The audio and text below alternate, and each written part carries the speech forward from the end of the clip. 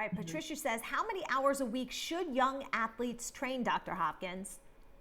That's a great question, especially with overuse injuries just becoming such a forefront of this conversation and of youth sports in general. So a good rule of thumb, and what I tell my parents, the parents of my patients, is that if your kid is playing a single sport, they shouldn't be doing it for more hours a week than their age.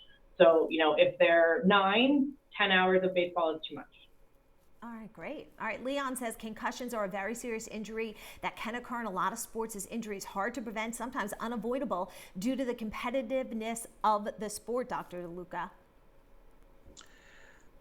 I mean, there's no doubt about it that athletes want to perform and do well, and they're going to hit harder and run faster. And that's when you have these violent collisions, which are going to cause concussions. Yeah. And like I said earlier, there's no way to prevent them. I think there's ways through research we can maybe decrease the incidence by keeping our neck muscles strong to hopefully prevent that rotational type of injury to the head. There's one person that wanted to put straps from shoulder pads to helmets, which limit your head motion, but then you're more apt to injure your neck and get paralyzed. Oh. So, that's not a good idea, obviously. Yeah.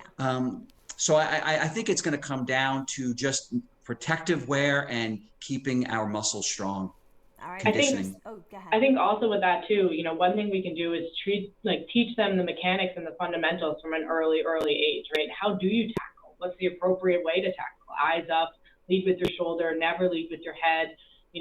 When they're heading a ball in soccer, a high incidence of concussion and collision with that, right? What's the proper technique to head a soccer ball?